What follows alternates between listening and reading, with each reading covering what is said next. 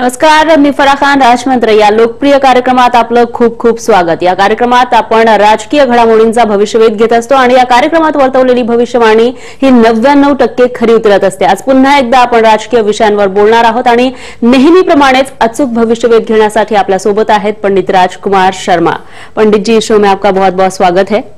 फिर एक हफ्ते बाद हम यहाँ पर मिल रहे हैं. हमारे दर्शक जो है वो हमें देख पा रहे हैं. और सबसे पहले तो मैं रामनवमी की बात करना चाहूंगी क्योंकि नवरात्रि खत्म हो रही है. अभी हमने बात की थी पिछले हफ्ते इस बारे में, तो इस अवसर पर हमारे जो दर्शक है उन्हें क्या संदेश देना चाहेंगे?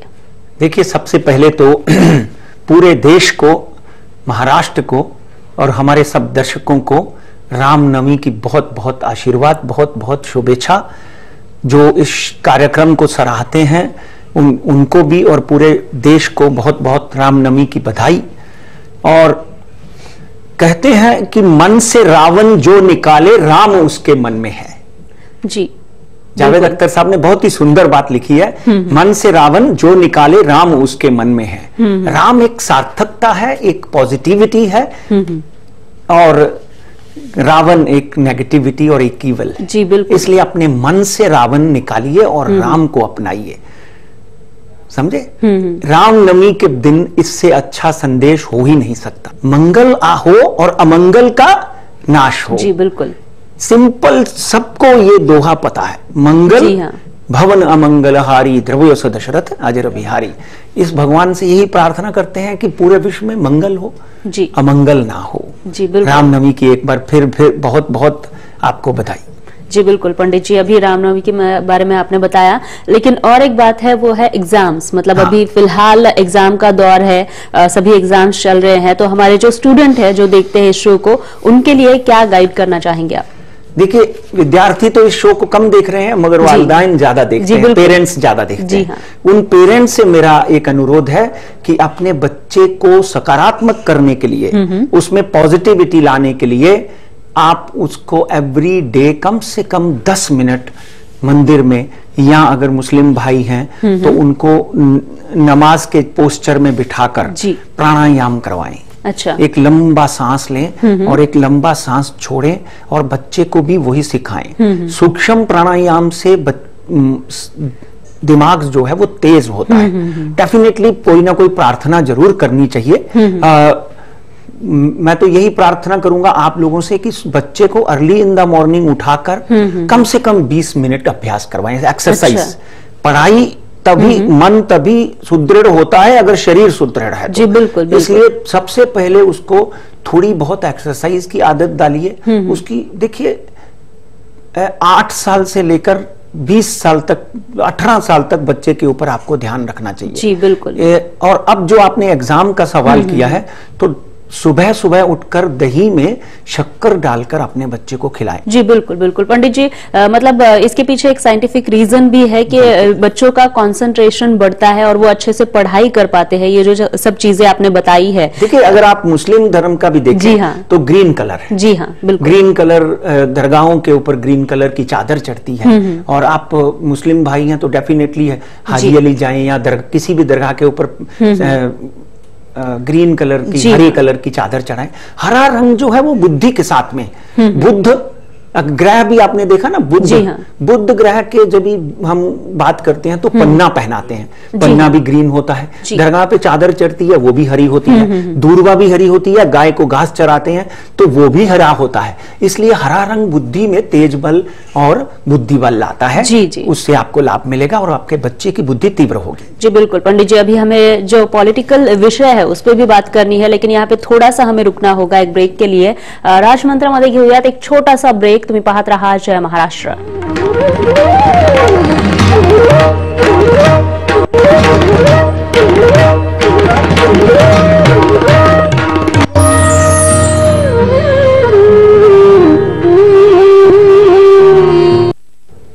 ब्रेक नंतर राजमंदिरमध्ये आपलं पुन्हा एकदा स्वागत. आपण या ठिकाणी पंडितजींकडून, पंडित राजकुमार शर्मा यांच्याकडून जे एक्झाम सध्या सुरू आहेत, परीक्षा आहेत, त्याविषयी विचारून घेतलेला आहे आणि त्याचबरोबर आपण रामनवमी विषयी देखील विचारून घेतले. आता पॉलिटिकल जे विषय आहेत त्याकडे वळणार आहोत. पंडित जी, सबसे पहले तो यहाँ पे जितने भी लोग हैं, मतलब महाराष्ट्र में ही नहीं बल्कि भारत भर में लोगों के मन में ये सवाल उठ रहा है कि क्या शरद पवार कांग्रेस में जाएंगे, तो इसका क्या जवाब है?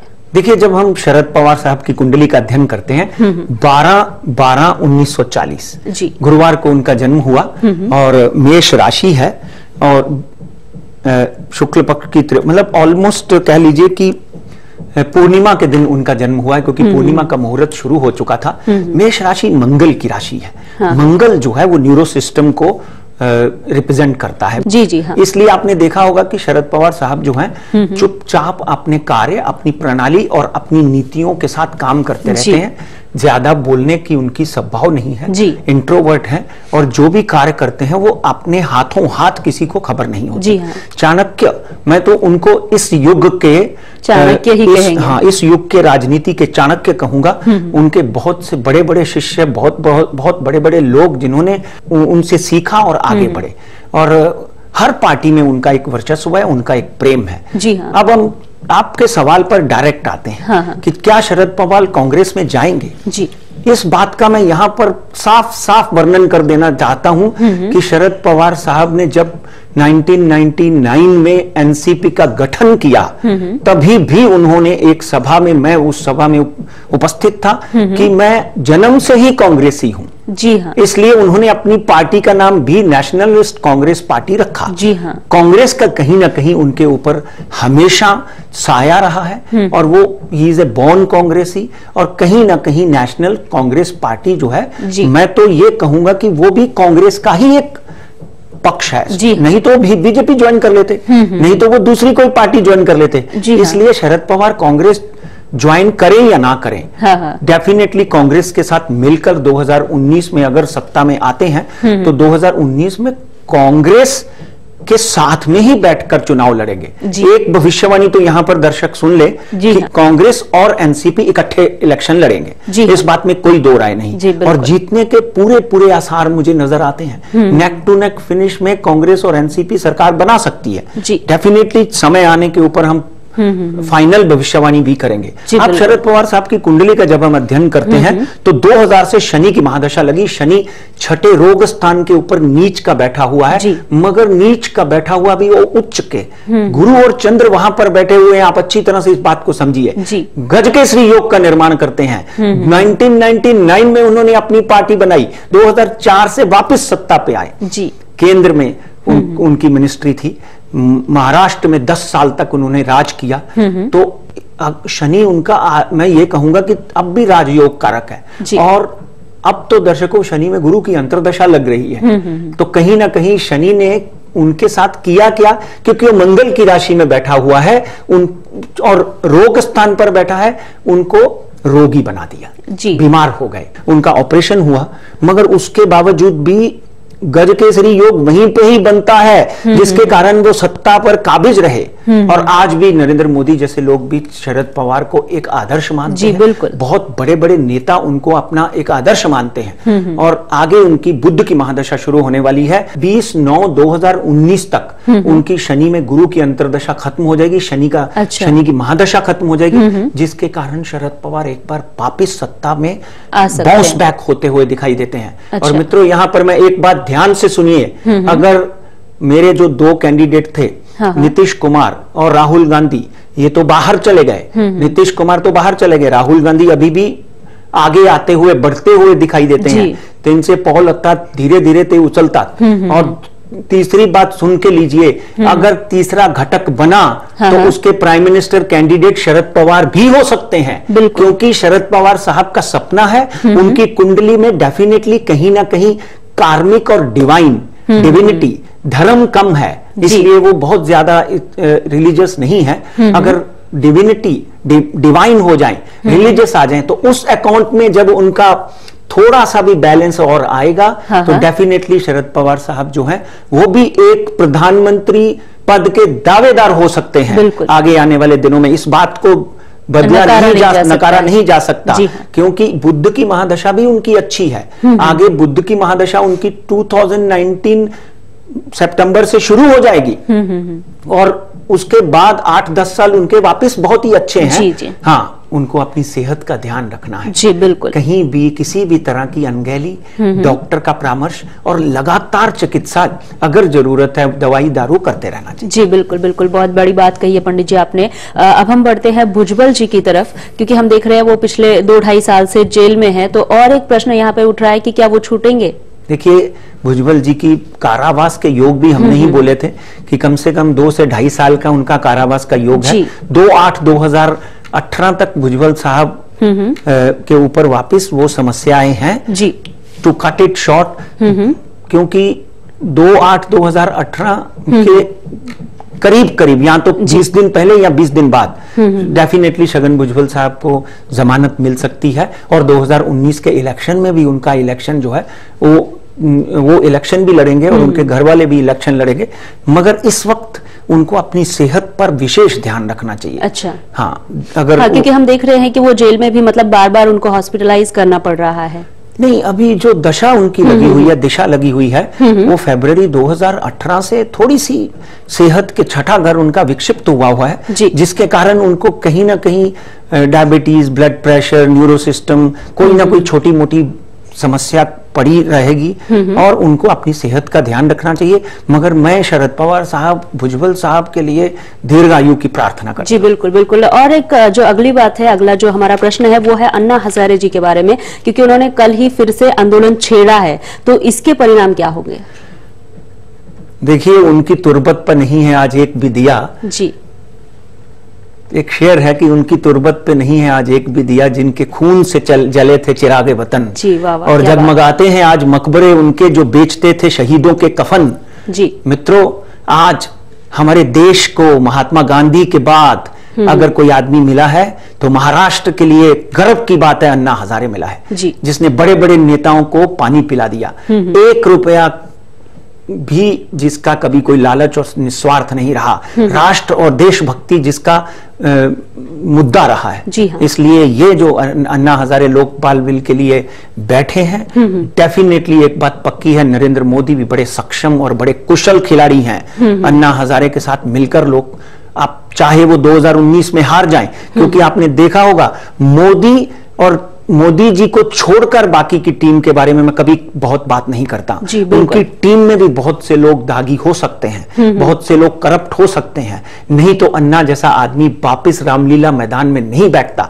आज से वो अपना आंदोलन शुरू कर रहे हैं। और एक बात ध्यान से सुन लीजिए, सूर्य जो है और मंगल जो है, इन दोनों का बदलाव 12 अप्रैल से पहले पहले होता हुआ दिखाई देता है। 2 मई से पहले पहले कोई बड़ा फैसला नरेंद्र मोदी अन्ना हजारे को वापस अपने घर पे बुलाकर कर सकते हैं। अच्छा। क्योंकि नरेंद्र मोदी भी राष्ट्र की सेवा करने में अपनी जान झोंक सकते हैं। सत्ता से उनको भी मुझे दिखता नहीं है कोई बहुत बड़ा प्रेम है, क्योंकि उन्होंने बोला था कि मैं हार जाऊंगा तो झोला लेकर वापस चला जाऊंगा। हाँ, कुछ लोग बातें जरूर करते हैं, बातों से नहीं, उन्होंने काम करके दिखाया है। और मैं तो यही प्रार्थना करता हूं भगवान के सामने और अपने देश के बड़े बड़े नेताओं के सामने, अमित शाह, नरेंद्र मोदी जो राष्ट्र की सेवा करने के लिए तत्पर हैं, और सबसे ऊपर हमारे आरएसएस के जो अध्यक्ष हैं, उनसे प्रार्थना करता हूं कि अन्ना जैसे पवित्र आदमी की बात सुनी जाए, लोकपाल बिल पास किया जाए। और मैं यहां पर उसका समर्थन भी करता हूं और अन्ना हजारे को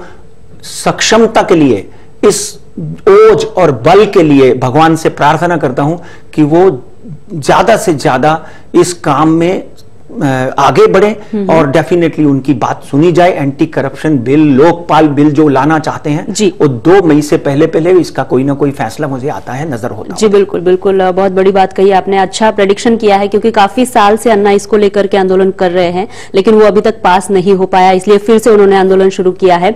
और हमें आगे अमेरिका और चीन के बीच में जो ट्रेड वॉर छिड़ गया है उसके बारे में भी बात करनी है, और साथ ही जो 39 भारतीय मारे गए हैं इराक में, उसको लेकर भी बात करनी है। लेकिन थोड़ा सा रुकना होगा हमें। राजमंत्रामध्ये थांबूयात, एका छोट्याशा ब्रेकसाठी। तुम्ही पाहत राहा जय महाराष्ट्र।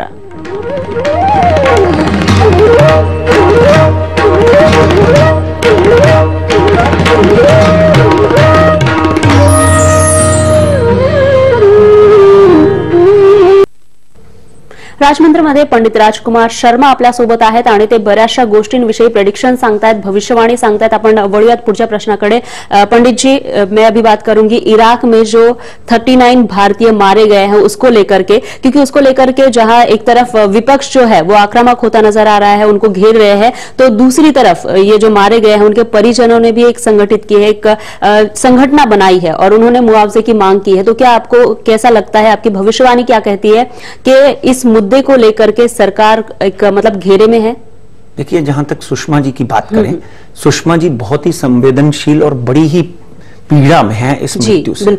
अगर उन्होंने कुछ बयानात दिए थे कि भाई यहां पर मृत्यु नहीं हुई है, तो कहीं ना कहीं कोई ना कोई इंक्वायरी में चूक रह गई, ऐसा समझ लीजिए. मगर ये जो 39 भारतीय जिनको मार दिया गया वहां पे, उनके परिवार के साथ हमारा चैनल और हमारा देश डेफिनेटली संवेदना व्यक्त करता है.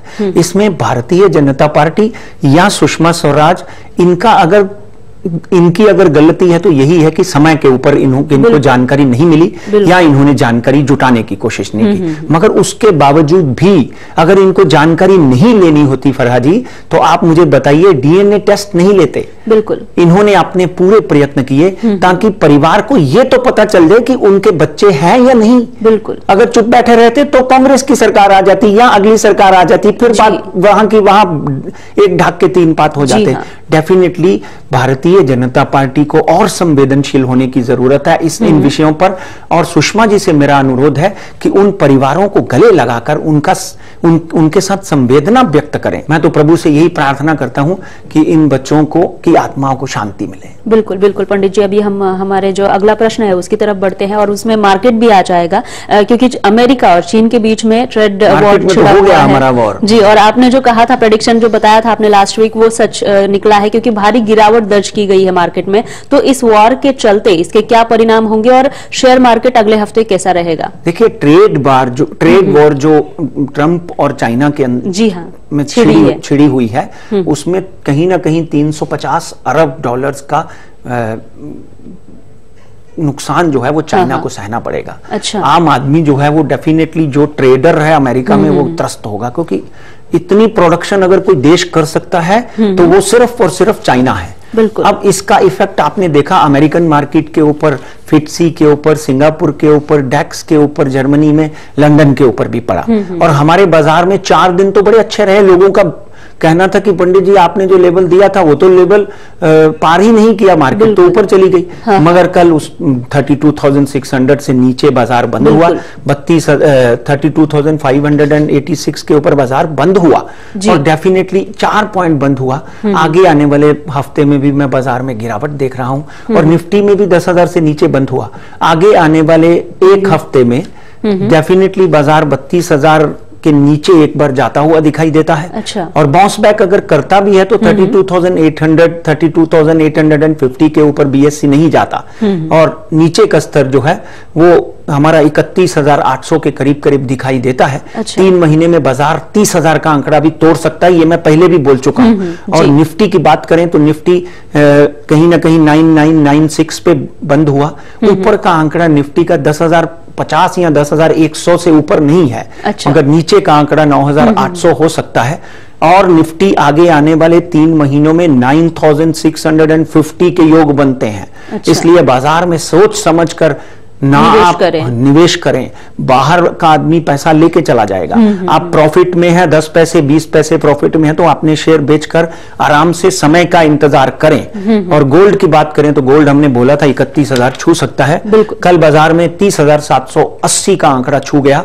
31,200 का आंकड़ा भी छू सकता है. और नीचे का आंकड़ा 30,400 के करीब करीब होता दिखाई देता है. और सिल्वर एक बार फिर जंप मारेगा 39,500. अच्छा. नीचे का 37,900 के करीब करीब होगा.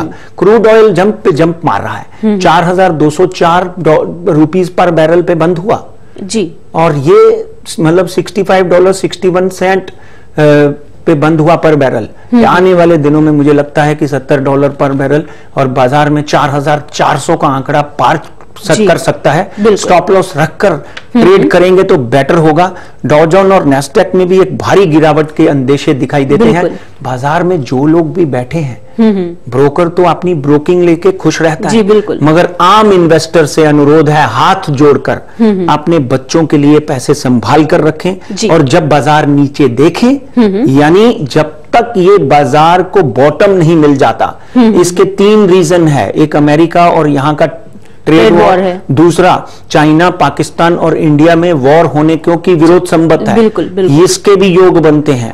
नरेंद्र मोदी सरकार को बेशक आज 10 में से 9 बीजेपी में राज्यसभा मेंबर मिल गए, मगर वहां पे उनके पास में वोट देने के लिए ज्यादा से ज्यादा लोग थे। 2019 का खतरा बीजेपी के ऊपर मंडरा रहा है। जी बिल्कुल बिल्कुल। आगे 4 इलेक्शन आ रहे हैं। बॉटम बाजार में अगर देखना है तो 15 जून तक शांत रहें। जी बिल्कुल बिल्कुल। पंडित जी, आपने जो हमारे दर्शक है उन्हें बहुत ही अच्छी गाइडेंस दी है और साथ ही उनके जो जिनका एग्जाम चल रहा है उनके लिए भी गाइडेंस दी है और बहुत सारी बातें बताई है, इसके लिए आपका बहुत बहुत शुक्रिया। आणि यासोबतच आपल्याला राजमंत्रमध्ये थांबायचं आहे, मात्र त्याआधी काही आमचे प्रेक्षक आहेत जे नेहमी आम्हाला ईमेल पाठवत असतात, फोन करत असतात, त्यांचे नावं घेऊ इच्छिते। ती आहेत मिलिंद दहाड आहेत, दीपाली कुलकर्णी आहेत कोल्हापूरवरून, त्याचबरोबर नेहा पपुला आहेत मुंबईवरून, विनायक जंगम आहेत, त्याचबरोबर अशोक यादव आहेत, सुनील सोनवणे आहेत पुण्यावरून, दिनेशचंद्र पाटील लातूरवरून आणि सुमिता पोखरणे अजमेरवरून, सचिन शाह आहेत, त्याचबरोबर एक वर्षा भिंडे म्हणून आहेत आणि हनीश काठोरी, अशी बरीचशी नावं आहेत जे आम्हाला नेहमी त्यांच्या प्रतिक्रिया आमच्यापर्यंत पोहोचवत असतात। तेव्हा तुम्हीही आमचा ईमेल आयडी नोट करा आणि तुमच्या प्रतिक्रिया आमच्यापर्यंत पोहोचवा। आणि यासोबतच आजच्या राजमंत्रमध्ये इथेच थांबतोय। नमस्कार।